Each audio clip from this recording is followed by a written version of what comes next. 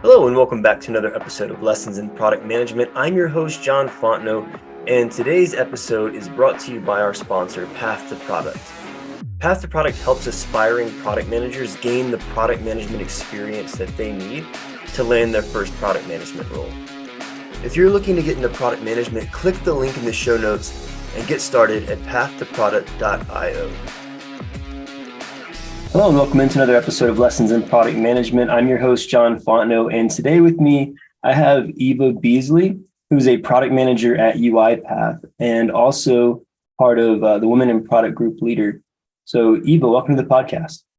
Thank you, John. Nice to be here. Happy Friday. Yeah, happy Friday to you too. So Eva, I know I gave a brief introduction, but what else should the listeners know about you?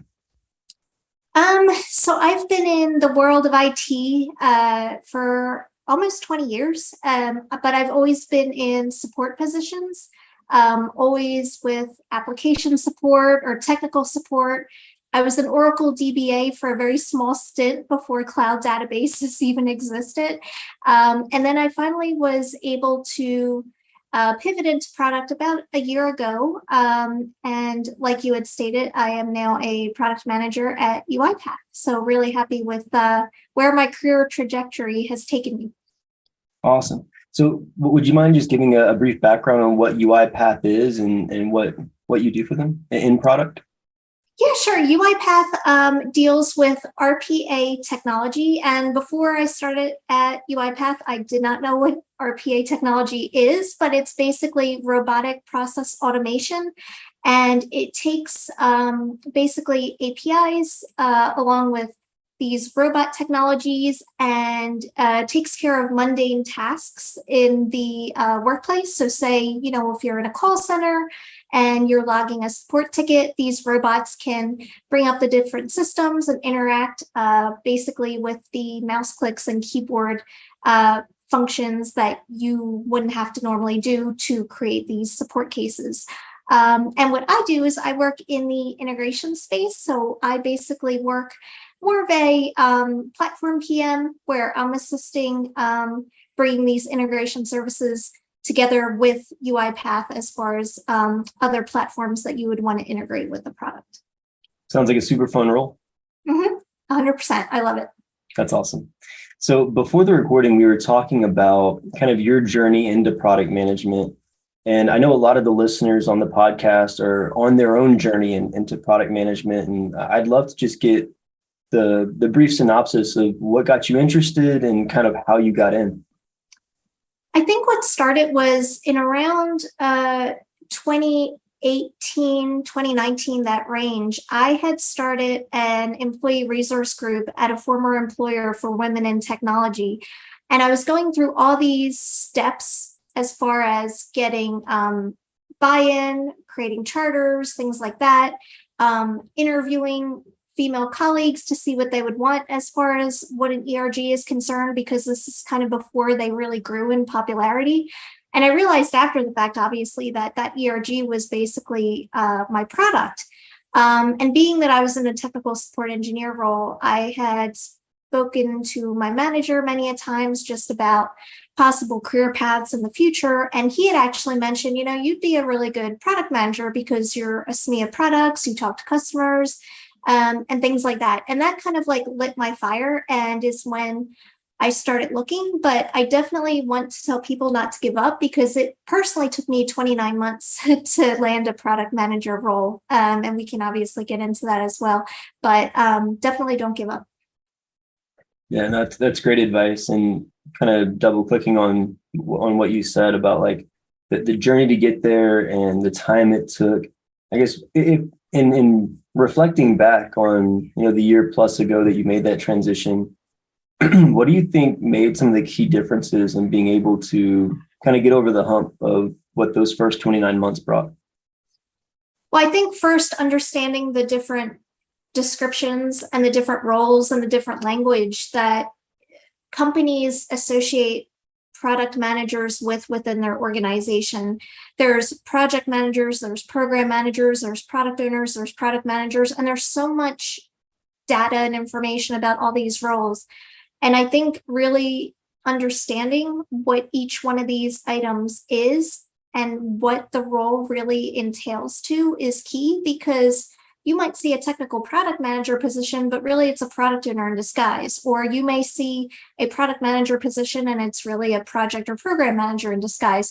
You just really need to learn how to read between the lines and understand what you really want and what your strengths are, because there's so many different aspects into being a PM. So you might actually prefer one of the other roles. You just kind of have to see what you think your strengths and weaknesses are.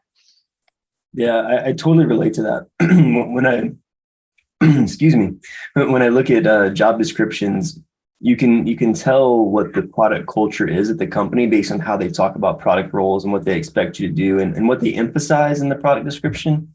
So that's advice I usually give too, is not all the time does the JD represent what the role is, but most of the time it gives you a pretty good window into the organization. 100%. Yep. Cool. So Eva, we were also talking on Twitter and then again before the recording about ego. And I initially wanted to talk about like leading up in an organization as a product manager, since we don't have authority, but we have influence as PMs. And maybe we can get to that. But I think one of the things that struck me as interesting in your take on ego and product management was how ego can be a blocker to us being able to effectively lead up. And again, we might be able to get into that part of the conversation, but I would like to just go through kind of your experience as you were journeying into product and now that you've been in it for a little while. Kind of what are some of the experiences that you've been in working with product managers or interfacing with them in different aspects of the career journey? And I guess what are some of the anti-patterns that you've seen in terms of product manager behavior?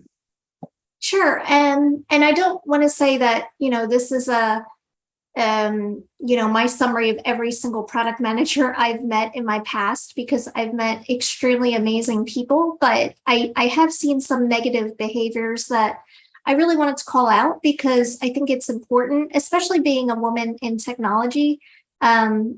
So a few years ago, when I realized I really wanted to be a product manager, I was someone that would email that department or email the product person on the product that I was a SME on and say, hey, how can I help? Or what can I shadow you doing? Or where can I kind of put myself to learn more about your day to day? And I would personally think that to be a very positive and ambitious thing. But I think some of the product managers that saw that email or saw that communication kind of took it to their advantage. So I ended up being the one that conducted their discovery sessions, or I ended up being seen as kind of lower than they were on the proverbial totem pole, being told that, product is this quote unquote club that some people just can't be a part of,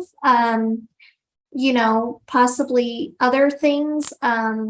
I've had people tell me at times that I was quote unquote too Philadelphian. Now, I'm originally from Philadelphia. Some people might not know what that means, but we kind of have a bit of a tough skin. But I think it's important, right? I mean, I think you have to be able to, if you're feeling strongly about your opinion, be able to present it confidently, but with data and with facts, not with, just explicitives or, colorful metaphors or things like that, which I never was. I was always, utmost respectful. But yeah, I think just some of the behaviors that I saw where product was like, oh, well, she wants to be one of us. Why don't we just have her do our work for us and have her conduct these discovery sessions and ask customers why they're not going from on-prem to cloud and what they don't like about the product and things like that, which at the time I felt so blessed to be doing that. But then I realized pretty quickly on that it wasn't getting me anywhere, if that makes sense. Yeah, no, totally.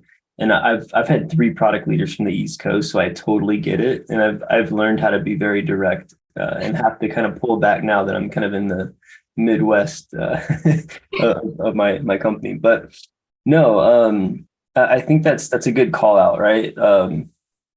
There's 2 sides that I heard where product teams, and I've heard this expressed to me too, oh, like, hey, thanks for talking to me. Like most people don't talk to me. And it's like, what do you mean? And like, well, we always see product as like on this pedestal, like unapproachable or, can't talk to them. And I'm like, I felt that too before getting into product of like, oh, they're, yeah, on a pedestal and like, we don't want to waste their time and they don't want to have their time wasted. But I think we've both seen good product managers who aren't like that. And I think to be a good product manager, like it's not just around the product and the process. Like when we talk about people and empathy and like caring and really like understanding our customers, that's not just the people that we sell products to. Like I would say that's people in our company, prospective candidates who are looking to come into our company, people in other departments. And I feel like that gets often neglected where all of our empathy is reserved for user interviews and not for the people we work with in our day to day, which I agree can be quite unfortunate.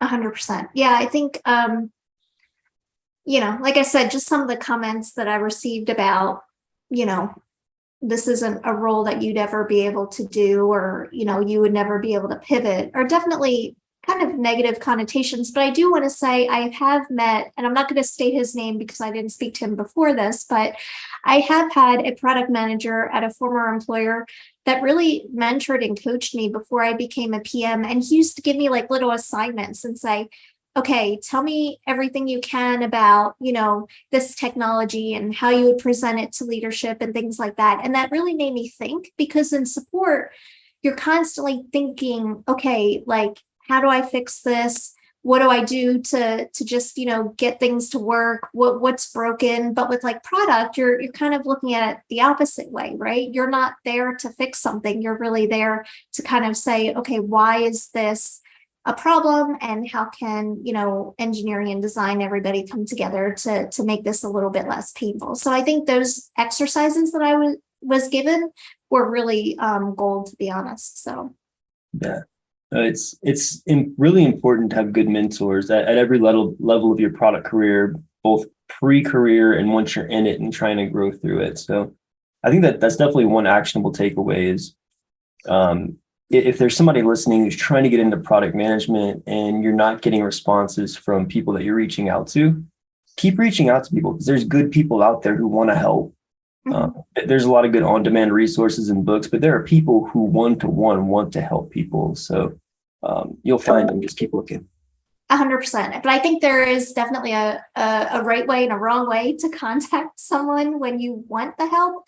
I have seen LinkedIn messages that say, hey, is your company hiring? I'm a, aspiring X, Y, or Z, or, hey, let's talk about, what I want to do. I think instead of like jumping into the end goal, I think you definitely have to make that like rapport and just kind of just have what I say virtual coffee chats. I will have a virtual coffee chat with anyone, and I love them because there's no agenda. And then you kind of get to know the person, then you can kind of help each other. It's kind of a two-way street. So yeah, I definitely recommend virtual coffee chats instead of just, saying exactly what you want when you want it in like your very first, conversation starter, if that helps.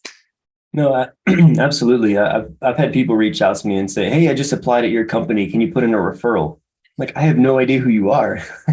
I can't refer someone I don't know. And so I think it's golden advice to build relationships. Don't, you're not walking up to people on the street asking them to marry you, right? If you're single, and you shouldn't do that in your professional career either. So. 100%. Yeah, I think at the end of the day, we're all human. The world is kind of crazy right now, and that's all I'll say about it. So let's just support each other and be there for each other, and don't let someone who is, maybe has this attitude against you say that you are doing something incorrectly. If you want to get an MBA or a certification, or like what I'm doing, going for my master's degree, which is probably kind of crazy at my age, but I just feel like you do you. Don't let other people dictate your future or dictate what you should or shouldn't be doing. I feel like being unique is like how we all can bring to the table a different way to solve problems. I completely agree. And, the season that I'm working on right now for the podcast is all around on leading up, right? And so I do want to kind of touch on that a little bit, where, the more allies you have inside of a company, the more likely you are to make change. And when you alienate people or push people away by saying like, well, I'm a product person, I'm not going to talk to you, or I only talk to you when I need something from you, you're less likely to build those champions for what you're trying to accomplish. And you need people in the organization to make successful products actually get to market and be successful. And so I would say like one of the big takeaways as well from this conversation is you limit your own ability to build the relationships you need to be able to lead up and lead out if you're acting that way as a product person and kind of keeping people at arm's length and trying to, put on this air of infallibility, which I think is what a lot of perception is created when there is poor culture or negative behaviors presented by product people. Yeah. And like you had mentioned earlier, product managers don't have authority unless they're in a leadership position with direct reports. I mean, we work on a team. I mean, we're constantly working with design and engineering and sales and customer success and legal and marketing and everyone else and in between that I forgot. My apologies. But, we're just kind of doing this dance with other team members. We're all equals. No one is above or below someone. And I think when I see that behavior, it kind of makes me cringe a bit. And like I said, it's not all PMs I've seen, show that behavior. It's been several. And it's just not the best way to move forward in your career or, move forward with the team. So. Agreed. Well, Eva, I appreciate the conversation. This has been enlightening for me, thought-provoking, and as I think and reflect on kind of my own interactions with people, whether intentional or accidental, helping me understand that I need to do better in my relationship building and making sure that I'm not even building a perception of ego, which could be just as bad as actually having ego. So I appreciate the thought-provoking conversation. I appreciate being able to have a voice, and thank you so much for having me and chatting with me this afternoon. Absolutely. Hey, I hope you enjoyed this episode. If you did, make sure you like and subscribe if you're watching on YouTube channel. If you're watching if you're listening on the podcast, make sure that you rate and review and subscribe or follow if you haven't already. And thanks for joining me this week, and we'll see you next week for another lesson in product management.